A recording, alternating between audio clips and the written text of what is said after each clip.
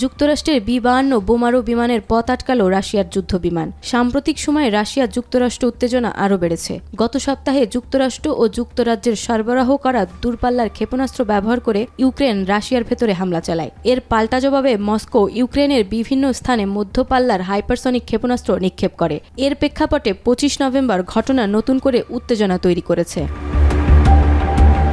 সম্প্রতি যুক্তরাষ্ট্র ও যুক্তরাজ্যের অনুমতির পর দেশ দুটির সরবরাহ করা দূরপাল্লার ক্ষেপণাস্ত্র দিয়ে রাশিয়ায় হামলা চালায় ইউক্রেন। তার জবাবে 21 নভেম্বর ইউক্রেনে মধ্যপাল্লার হাইপারসনিক ক্ষেপণাস্ত্র দিয়ে পাল্টা হামলা চালায় মস্কো। এরপর 25 নভেম্বর যুক্তরাষ্ট্রের বোমারু বিমানে বাধা দেওয়ার ঘটনাটি ঘটল।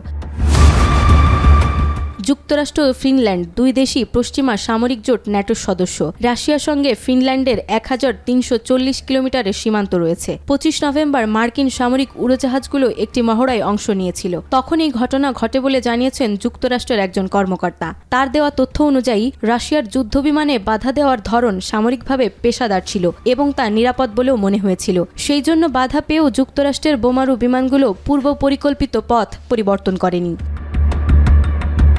এই মহড়ার বিষয়ে ফিনল্যান্ডের বিমান বাহিনী রয়টার্সকে একটি বিবৃতি দিয়েছে। ওই বিবৃতি অনুযায়ী দেশটির প্রতিরক্ষা সক্ষমতা আরও শক্তিশালী করতে মহড়াটি চালানো হয়েছে। তবে সেখানে রাশিয়ার যুদ্ধবিমানের বাধা দেওয়ার বিষয়ে কিছু উল্লেখ করা হয়নি।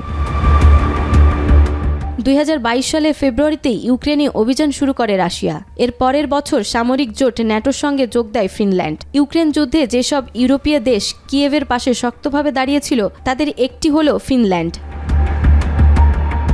বাল্টিক সাগর অঞ্চলে যুক্তরাষ্ট্রের বোমারু বিমান দুটি ফিনল্যান্ডের সঙ্গে যৌথ মহড়ায় অংশ নিয়েছিল। এই মহড়ার এক পর্যায়ে সেগুলোকে বাধা দেয় রাশিয়ার দুটি সু-27 যুদ্ধবিমান। যুক্তরাষ্ট্র ও ফিনল্যান্ড দুই দেশই পশ্চিমা সামরিক জোট ন্যাটোর সদস্য। রাশিয়ার সঙ্গে ফিনল্যান্ডের 1340 কিলোমিটার সীমান্ত রয়েছে।